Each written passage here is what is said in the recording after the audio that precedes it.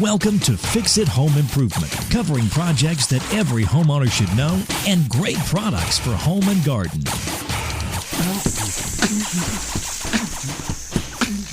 Hi, I'm JC, and this is where we share weekly home improvement tips. I'm here with my co-host, Cindy. Hello, JC. Hello, Cindy. Today we're going to be talking about laminate flooring, and we'd like to thank Jeff Tate for sharing and liking the podcast.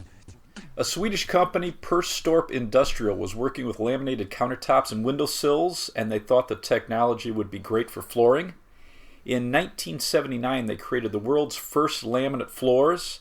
In 1985, they had the world's first laminate flooring factory.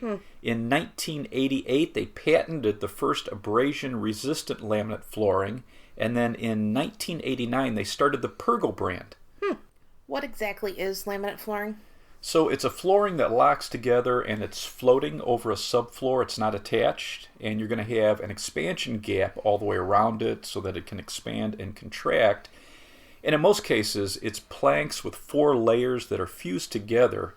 That bottom layer, or it's sometimes called a backing, that's helping protect the core from moisture. It stiffens up the planks. Then above that, the core layer is usually HDF or MDF. What is that? So HDF is high density fiberboard, MDF is medium density fiberboard, and these are made out of wood fibers, wax, and resins that are heated and pressed into the shape of the planks.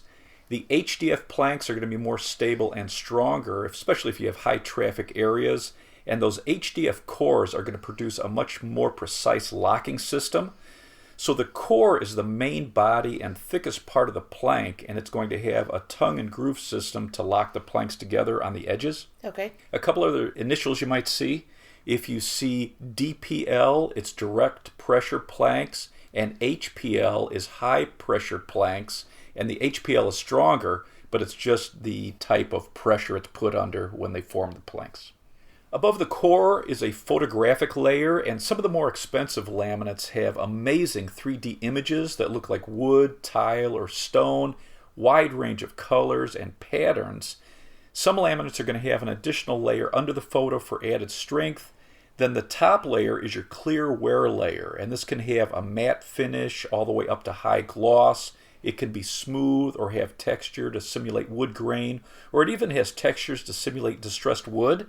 And that wear layer is extremely durable. It's going to stand up to moisture, scratches, impact, and stains. If you see top layers that say they include an aluminum oxide, those are some of the strongest that you can get. But there's a lot of new chemicals they're adding for durability.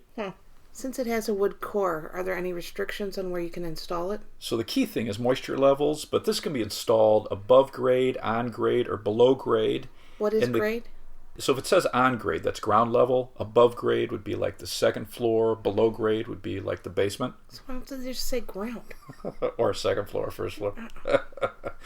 The subfloor has to be flat and level. If you're going over a wood subfloor, the moisture level should be below 12% for most manufacturers. And for a concrete slab, the moisture level should be under 4.5%, but check your installation instructions. The concrete has to be fully cured, and you should do a condensation test with a piece of plastic on a concrete slab. How do you do that? So you're going to take a 3-foot by 3-foot polyethylene vapor barrier, or just a piece of plastic, and you're going to, get professional, tape it and seal the edges with duct tape. After 24 hours, if condensation appears or if the concrete becomes dark under the plastic, then you have to do a calcium chloride test. So how do you do that? You buy a kit, and this is going to measure the amount of moisture moving through the concrete. It has a pre-weighted plastic jar, so they've already measured the weight of it with the calcium chloride inside of it. You're going to open up the jar, set it on the concrete, you cover it with plastic, you seal the edges, and you let this set for about 60 hours for most tests, but you're going to check what your test recommends. After that 60 hours, you're going to remove it and weigh it, and you're going to know whether you can put down a laminate there or not. How? So the calcium chloride is absorbing the moisture from the vapor that's passing through the concrete. So it traps this moisture, and it's going, depending on how much it weighs or how much moisture it's trapping, then you're going to have a scale that lets you know whether you can use laminates on that flooring or not. And if you are putting a laminate floor over a concrete slab, check the requirements for the vapor barrier and the underlayment from the manufacturer. Usually it's going to require a 6 mil polyethylene plastic. You're going to overlap it by 8 inches and seal all those seams with water-resistant tape. And then you're running that plastic up the walls about an inch or so. You're putting down your underlayment. Some of the underlayments will have a vapor barrier also. And then once everything's laid, you're going to trim that down. Okay. Can you put this over any existing surface? So for most manufacturers, porcelain tile and ceramic tile is okay if it's in solid shape and level, nothing loose. Concrete's okay depending on the moisture level. Make sure it's fully cured. Cork is okay on most, but not all, so I would check if you have a cork floor now. Hardwood is fine. Linoleum, as long as it's solid and level. Luxury vinyl tile, as long as it's flat and level. Plywood's okay. Sheet vinyl, if it's solid and level. Most manufacturers say no to bamboo, so you can't go over bamboo or brick or carpet. And most manufacturers don't want you putting laminates over a floating engineered wood floor or an existing laminate flooring. You don't want to put it in an area with a sump pump or floors with a floor drain. But double check your installation instructions. When we did the hardwood flooring episode, Right? I remember it was like a full-time job controlling the humidity and temperature for it. Yeah, exactly. Is this similar? Yeah, very similar. So, like for laminate flooring, most manufacturers want 30 to 60%, or dust mites. or yeah, right, or 35 to 65% humidity levels, and temperatures 60 to 85 degrees Fahrenheit. So if you have a vacation home in a humid climate and you're not controlling the temperature and the humidity, laminate flooring may not be the best choice. And then you have to worry about the heat too. So if you have a subfloor with radiant heat, you need to make sure you're checking the installation requirements and get flooring that's rated for installation over radiant heat. When you're shopping for laminate flooring, what are the things that you're comparing or looking for? So the main rating is the AC rating, and this is a guide to how durable that wear coat is. So the scale goes from AC1 for light traffic to AC5 for heavy commercial traffic. Okay. And I was looking at Home Depot, and they only had laminates from AC2 to AC5. At Lowe's, it was only AC3 and AC4 are the only ones I saw. So AC1 is light traffic. This is good for bedrooms or guest rooms or closets. AC2 is medium traffic for residential. AC3 is high traffic for residential. And then AC4, this is heavy traffic. You have kids, you have pets in the home. There's a lot going on in your house, or light commercial. AC5 is commercial traffic. And most manufacturers are just AC1 to AC5, but Pergo has AC6 for heavy commercial. And you may have to compare some of these styles online to find the AC ratings. I went to a couple of the home centers here in the area and I grabbed a bunch of samples. I know, they're all over the place here. and none of them had the AC rating on the back of them. So they'd have the warranty description, a model number, so we could check the specifications online. But I would think that's one of the key things that you're looking for, because it's telling you how durable it's going to be. And AC3 or above is going to work anywhere in the house, and it's going to stand up to high traffic. The thickness of the planks range from about 6 millimeters to 12 millimeters. 8 millimeters is about 5/16 of an inch. 10 millimeters, 13/32 of an inch. And 12 millimeters, 15/32. So thicker is more durable, and if you have an attached underlayment, check to see if the thickness is measured with or without the pad. The thicker planks are going to span minor problems in your subfloor better, and that thicker plank is going to absorb more sound. So if you have a room underneath where you're putting this flooring, the thicker planks are also going to be more resistant to impact in general. 8, 10, and 12 millimeter is going to be the most popular. If you're installing the laminate flooring up to built-in cabinets or appliances, that thickness is definitely a consideration. That's where those samples come in handy, because they're pretty decent size. And I think they're going to make nice coasters. The width of the planks are going to vary from around 2 inches to 10 inches or more. And with the laminate wood flooring, many designers are saying the 2 and 3 inch wide planks are going to give you a more formal or contemporary style. The 3 to 6 or wider gives a more casual or rustic look. The thinner planks are going to give a larger feel to a room, and the wider planks are going to look better in large rooms. And those wider planks are common with the stone or tile laminates. So it'll have the look of multiple tiles and grout lines in one plank. So it might look like 5 or more different sized tiles with grout lines. And some of these tile or stone planks are designed so it doesn't look repetitive when you lay down your pieces. That's nice. So they're going to have like multiple designs on the planks that are in one box. One tile plank I looked at was 16 inches wide and 47.5 inches long, and a stone plank was 15.5 inches and 46 inches long. And with the wood planks, you can have the look of multiple pieces of staggered wood on one plank. Right. And what's nice about those wide planks is they're going to go down much faster when you're installing it. No kidding. So, some of these are called 2-strip or 3-strip laminates, so you've got the look of 2 or 3 boards on one plank. The top clear wear layer can have a variety of finishes, and it can have a texture that gives you the feel of wood grain, so if you touch it or if you're walking on it, and when the light catches those grooves, it really looks like there's depth to it. Right. So if you see embossed or textured, this has the 3D look of the wood grain. There's actually grooves in that top wear layer, but it's not necessarily matching exactly to the photo below it. Embossed in registration, sometimes you're going to see the initials EIR. This means the wood grain in the photo and the texture in that wear layer match exactly, so you are getting a very realistic looking plank. You can have smooth, so this is a plain finish without texture. Hand scraped or age has indentations and texture, so it's mimicking a rough surface. The top wear layer can have a low gloss matte finish all the way up to high gloss. The low gloss is going to be much better for high traffic areas. If you have a lot of kids and pets, that low gloss is going to hide minor scratches and dents a lot better. Okay. The edges of the planks can be square, so they just butt flush against each other, or they can have a variety of different types of bevels, so they have a distinct groove between each plank, so it looks more like hardwood.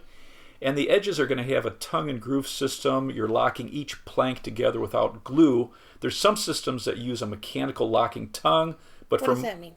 So there's actually a piece that when you put the planks together, it's a mechanical locking, so this tongue clicks into the groove and it's locked in place. Pretty interesting. But most are just snapped together without tools. Okay. For laminate flooring in kitchens or at doorways where moisture could be a problem, you want to look for water-resistant laminates. Some are going to have wax-impregnated edges or chemical-resistant edges and water-resistant cores. They're going to have special locking systems, so it's sealing the planks so tightly together that it resists water from seeping through. Interesting. Most laminates can only resist water for about 30 minutes if you have a spill, and once that water gets in between the planks, it starts to break down the core. Bummer. So Shaw Floors has a water-resistant laminate. It repels water at the seams. Pergo Outlast Plus has 24-hour spill protection. AquaGuard has spill protection for 30 hours, and Mannington has their Spill Shield, 72-hour spill protection. Wow. If you're putting down a water-resistant laminate in areas like a bathroom, check the installation instructions. Some of the manufacturers want you to seal the perimeter with a caulk to protect it against moisture. And depending on where you're putting it down, let's say in a kitchen, if you have an area that's prone to water, by the kitchen sink, for example, some manufacturers are going to recommend using a water-resistant PVA glue on those joints.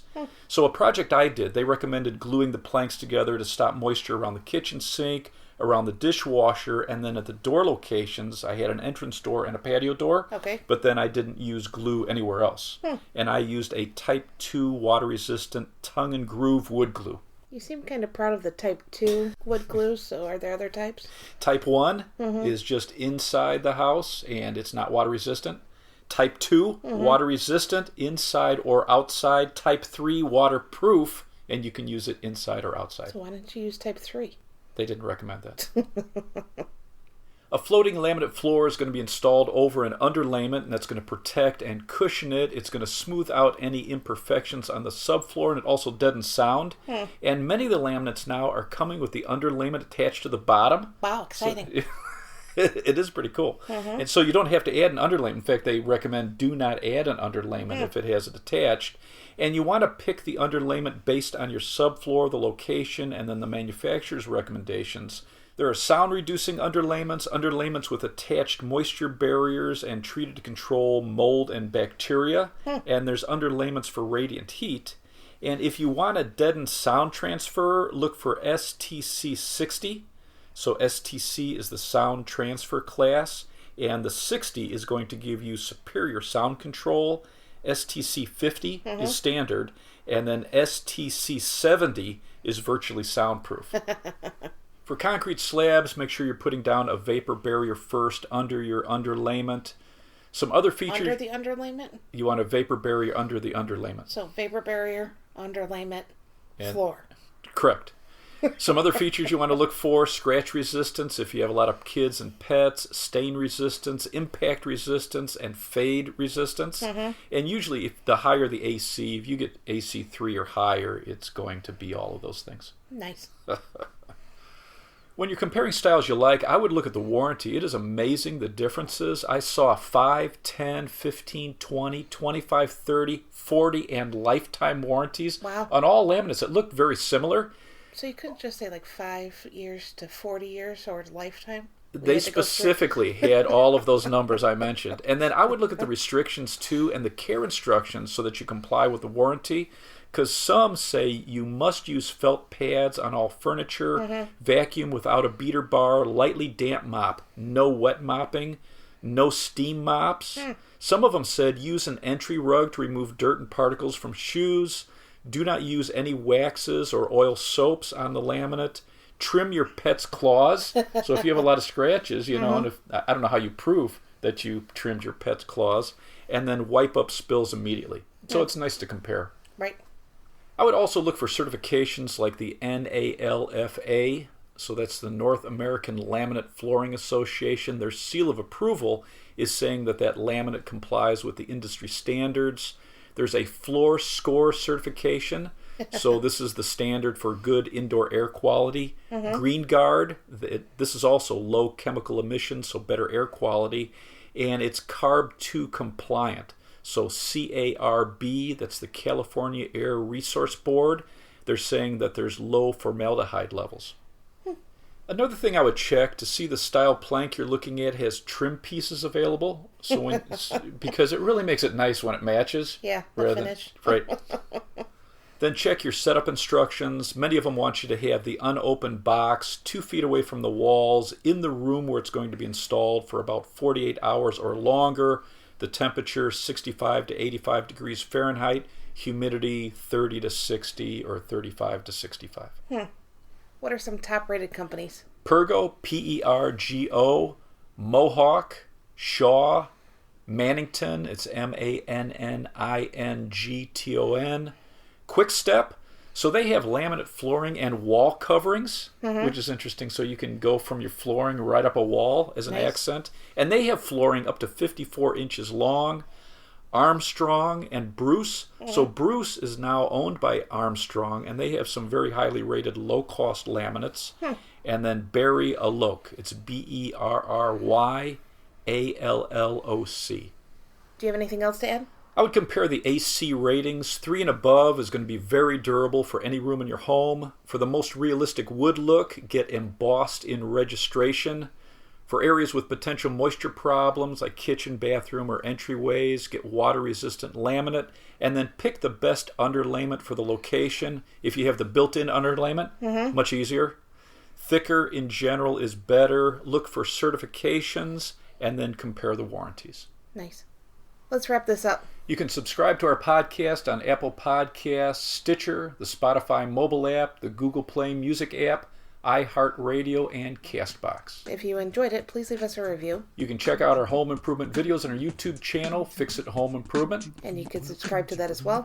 You can download any of our books, 1 through 4, on Amazon. They're called Home Improvement Solutions, What Every Homeowner Should Know. If you enjoyed it, please leave us a 5-star rating and review. You can email us at fixitpodcast@gmail.com. You can follow Cindy on Twitter at FixitCohost. Thank you for listening. Talk to you next week.